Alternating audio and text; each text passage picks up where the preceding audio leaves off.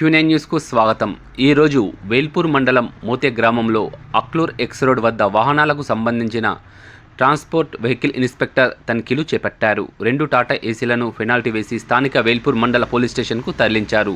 ప్రతి ఒక్కరూ 2 wheeler bike పైన వెళ్లేవారు తప్పకుండా హెల్మెట్ ధరించాలని కోరారు. బైక్ ఇన్సూరెన్స్ తప్పకుండా ఉండాలని, భారీ వాహనాలకు రోడ్ ట్యాక్స్ తప్పకుండా కట్టాలని సూచించారు. సరైన టైంలో రోడ్ ట్యాక్స్ కట్టని ఎడల పెనాల్టీలతో సహా వస్తుందని అన్నారు. వాహనాన్ని సీజ్ చేస్తామని చెప్పారు. ఉన్నతాధికారుల ఆదేశాల మేరకు ఈరోజు వేల్పూర్ మండల పరిధిలో వాహనాల తనిఖీలు చేపట్టడం జరిగింది.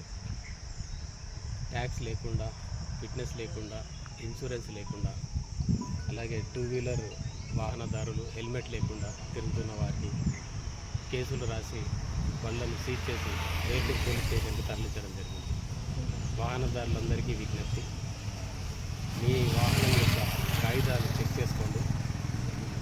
ట్రాన్స్పోర్ట్ వాహనాలు అయితే ట్యాక్స్ మరియు ఫిట్నెస్ సరైన టైంలో కట్టి వాటిని రెన్యువల్ చేయించుకోండి. అలాగే ఇన్సూరెన్స్ తప్పనిసరిగా కట్టండి.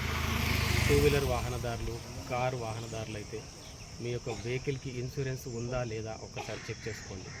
ప్రతి సంవత్సరము మనం ఇన్సూరెన్స్ రెన్యువల్ చేసుకోవాల్సి ఉంటుంది. అట్లాగే డ్రైవింగ్ లైసెన్స్ లేకుండా వాహనాలు నడపద్దు.